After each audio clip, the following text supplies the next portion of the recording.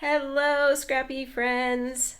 Welcome to Workshop Wednesday. We are going to jump into our series here, which, like I said, is the 52 project recipe book. So let me go ahead and flip you over to my desktop and we'll go ahead and get started. And today I chose recipe right here on page 76 and 77.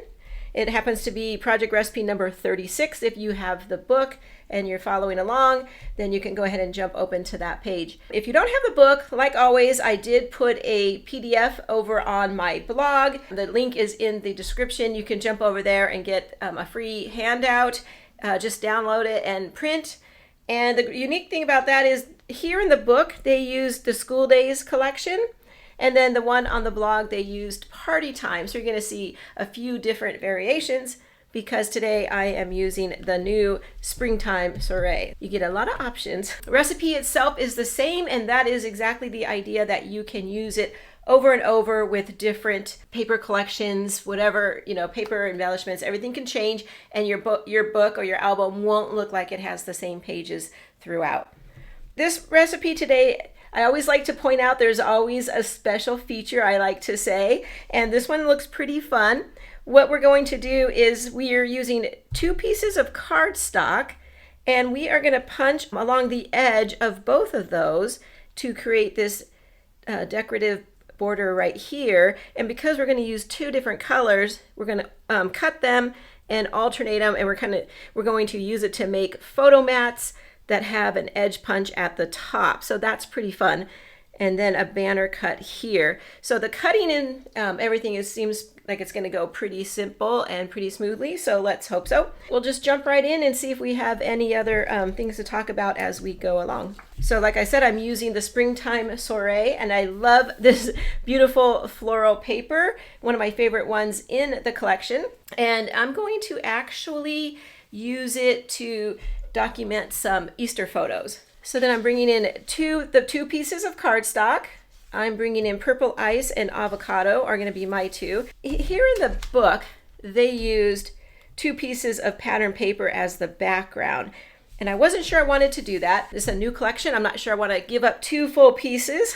So I brought in some cardstock, and I thought maybe beige would look nice. But then I also went into my stash and found this kind of beige tan pattern paper. So I'm going to decide when it comes time for that and decide which one I'm going to use here, because I'm not too sure, and I'd like to see the paper cut and put on top before I make that decision. So let's go ahead and start cutting and punching. The thing is, you do want to use an edge punch across the top of your page, because that's gonna make it the easiest and the simplest. Pyramid keyhole is what I'm using today.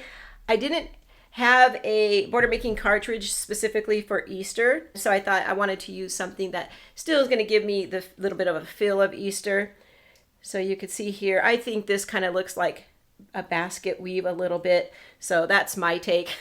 I love this kind of cartridge because I feel like that's not specific and it's pretty generic, so it could be used over and over in different types of layouts. So today it's going to be Easter. And what I'm going to do is I'm going to punch a row across the green and the purple. This one has the photo blocks or photo mats that are cut down to and put up here at the top. You'll see they're alternating in color. That's why we have the 2. And that's what I like to call the special feature of this one, because we don't see this too often, and it's fun to kind of do these recipes and highlight that special feature because it's something that we can now take on to do with other pages as well. And I'm going to make one little change here when I cut. So in the example here, they used the bookshelf border punch, and it's a little bit wider, and I chose a border making cartridge, which is a little bit thinner. So when we go to cut the mats, we're going to take the punched edge, which is right here, and they recommended a 5 3/4 by 4 inch mat. I don't need mine quite that big. I'm going to shrink it down just a little bit. I'm going to do a 4.5 inch cut instead of the 5 3/4. Then we're going to turn this and cut it at 4 inches, which is nice. It's going to be pretty much right in the center there of my punch. One more at 4 inches, so we cut one at 4 inches, a second one, and that's going to yield us 3. We'll go ahead and finish cutting the purple. The next thing we have to cut is a 4.5 inch. Now this is going to be used for a photo mat. It's going to be 4.5 inches by 6.5 inches. And we'll put that aside. And we'll go ahead and do the same thing on this one. We are going to trim it at 4.5 inches. Turn it, cut it down to 4 inches. Another one at 4 inches. And now on this one, we're also going to cut a frame for a mat and for a picture, and it's 4.5 by 6.5. But I'm gonna stop right there because I know for this particular one, I'm gonna bring in a mat card from this collection. So I'm not gonna cut that one. I'm gonna keep this close at hand in case I change my mind or in case I need that again. And now we're ready to cut this pretty paper. I love this floral one. It would be great for fussy cutting out. We don't have embellishments in this collection, so here you go. You can cut out a bunch of these and make some pretty embellishments. First thing we want to do is 3.5 inches. And then we're going to turn that and do a 3.5 inch square. And real quick, I want to bring our recipe back in and show you. So then they have us cutting another one, and then the rest is scrap.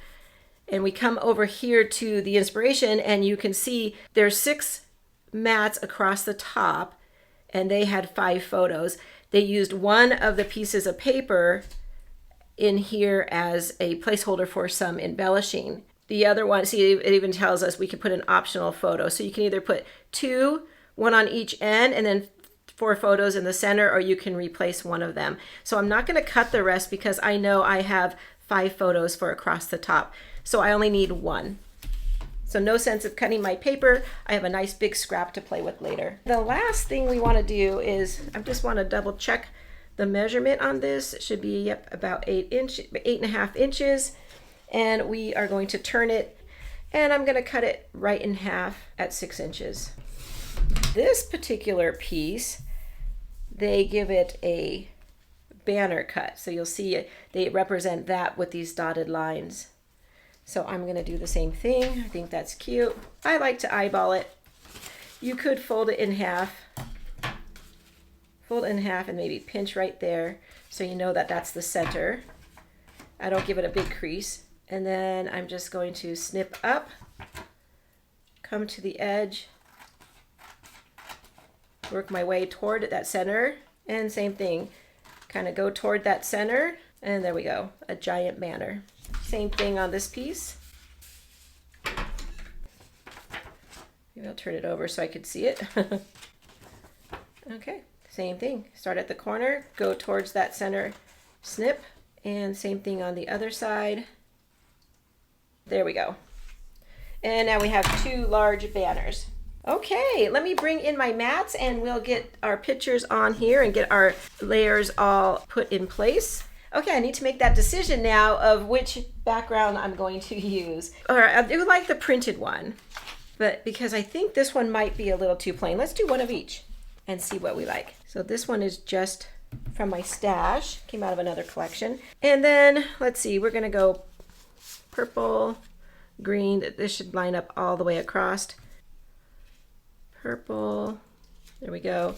Start over here with the green, purple, green, across the top like that. This then comes up here. Remember, my blocks are a little bit shorter, so I have plenty of room. And then let's see. And now we can bring this in, and my banner is not quite the same. I can make my mat a little smaller, and it'll be like that. Actually, I'm gonna do the purple on this side and then this one, and this mat just needs to be trimmed a little bit too. There we go. Putting the green with the green, the purple with the purple, see if we like that. So now I have to make that decision. Yeah, I think I'm liking it with the pattern paper. It's very subtle. It's just a bunch of leaves, and they're, like I was saying, they're a little bit on the beige tan color. So beige or tan are neutral, so I think they would go with anything. So yeah, I'm liking this side, so let's go ahead and change this up. Yeah, I like that. Okay, let me bring in my photos and show you what my plan here is. So I am bringing in some of my childhood photos. And I just thought these were so great. Here we are dressed up, ready to go to church. So I'm guessing my mom took that photo of my dad and us 3 kids, and then my dad took this one, and I'm guessing maybe he was aiming for the trees a little more because we're kind of almost chopped off there at the bottom. From what I could remember being told about these photos, so we were at church, and then they had like a little egg hunt at church, so that's what we're doing here. And I love it. My brother's looking at his loot. Then here we are back at home. If I remember, somebody made me that little outfit because I'm not really sure why I would be wearing red, that deep dark red, but it's cute. It's a cute little blouse with a bunch of, looks like crocheted flowers on it. I have another picture coming in that same outfit. And then this is the leftover piece, so you could, I'm gonna put it like that. Also, you could turn it around if you wanted to bring in some of the pink from the other side, but let's see, I'm gonna keep it like that for a little bit and see what direction we wanna go. Then here, this is going to replace a photo here, but you could always put a photo here if you wanted to. On this one, I had 2 more photos that I wanted to get in, so I cropped these down pretty small. So here I am in that outfit again, and this looks like our Easter bunny loot. So it'll look like that. I have my big title here, great use of a mat card, because those sometimes are hard to use, but I happened to have less photos for this layout, so it worked out well. And then my journaling box, I'm going to do something a little different than what they had. So what they did was they came in and they embellished here, a little bit here, brought a journaling box kind of at an angle, and then a little sticker right here. So I'm going to kind of go a little different than that. I'm going to bring in this piece of grid paper. It's in pink, and I'm thinking to put it right up here and make that my journaling spot, and I'm going to decorate up on top of that. For embellishing, I think what I'm going to do is come over here, maybe over here, and then up there. This will be a smaller one. You can really move this journaling box around to any of those spots and it would look really good. So let me start up there. Actually bring the journaling box down here where I could work on it a little bit. Because what I want to do is, I did have to go into my stash because I wanted to do Easter. There's no embellishments with this collection, just stickers, and there's no stickers that were specific to Easter. There were more that had to do with spring. So I had to go into my stash and pulled out some puffy stickers, and I cut a few things on my die cut as well. So I won't be probably using any of the titles or words. There are some great ones, just not for my layout today. I really loved this wagon. I like the wagon a lot because a couple of reasons. One, it's childlike, and these are child photos. So I thought, okay, that's kind of cute. It's brown. My brothers are wearing brown, and so is my dad. I just thought it would be fun. So I don't need quite all this room. I am going to leave it with the flowers up. Let's see. I can come down to right about the edge of the pink, and I'm just going to lay it here lightly in case I change my mind, because I want to bring in my title. Well, not really a title, but more of, I guess it would be journaling, because it just is going to say Easter 1971. So I need to find a way to get this to fit. So let's move this sticker over. So yeah, I'm going to do something like this. Let me bring this down a little bit and scoot up that. There we go. It's going to look like that. Have the little wagon, and then it's going to say Easter 1971. These are old school creative memories, little mini ABC stickers from back in the day. In fact, I think it said 2001. So yep, I'm getting those in my album, and they were still sticking really well. I have it on the wax paper, so when I take it off, I'll make sure and probably put a little bit of wet glue behind there just to kind of make sure that they're not going to peel off, only because I had it on the wax paper. That's probably all I'm going to do up there. I do need a little spot for journaling.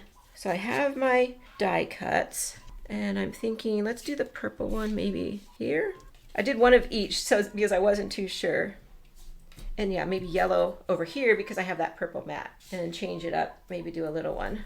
Those will just stay with my collection probably, and then pull them back out some other time. Let's see, there are some beautiful flowers on here that would make for really pretty. The boot's really cute too.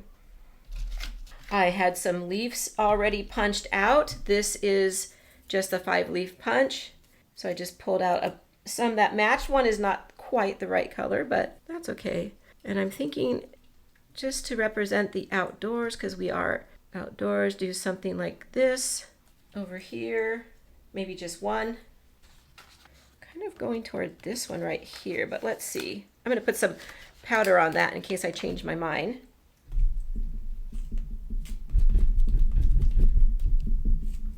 This works really well. Then I can play with it, and if I want to put it back, I just put it in loosely. Yeah, look at that. I like that. It looks cute. Let's see what else. I do like this blue egg. I'm just thinking if I can tuck it. Let me take the powder off of that one too. I know it's sometimes it might seem like a waste, like, oh, I'm taking it off and then I'm just going to put adhesive back on it. But that's how I play. I like to dry fit a lot of things first. There we go. Over here, I had this in my stash. It says hippity hoppity, and I thought it's cute because of the basket loot there. So I'm thinking of bringing that over here. There we go. And then I want a little bunny, so I need to find the right one. And I do want the bunny to be looking into the page. My eyes are on this little pink one, but the little white one's cute too. And then he's gonna go like right there. So there we go. That is my simple layout today using that sketch on page 76. I think that came together pretty quick. Well, thank you guys for joining me today and helping me to create this very simple layout today. I hope that you give this one a try. Use any edge punch that you have, punch across the top, and I would just measure your photos. And you can use a little bit longer photo than I use. So I used a 3.5-inch square, but if maybe you wanted to go even, you probably have room even for a 4.5 to a 5-inch photo there as well. So just keep an eye on that before you make those cuts into your photo mats, and then you'll be good to go.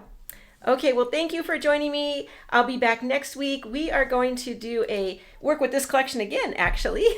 Work in our borders to pages. So we'll make a border and a companion piece and a double page spread. So come back next week and I'll see you then. Okay, bye.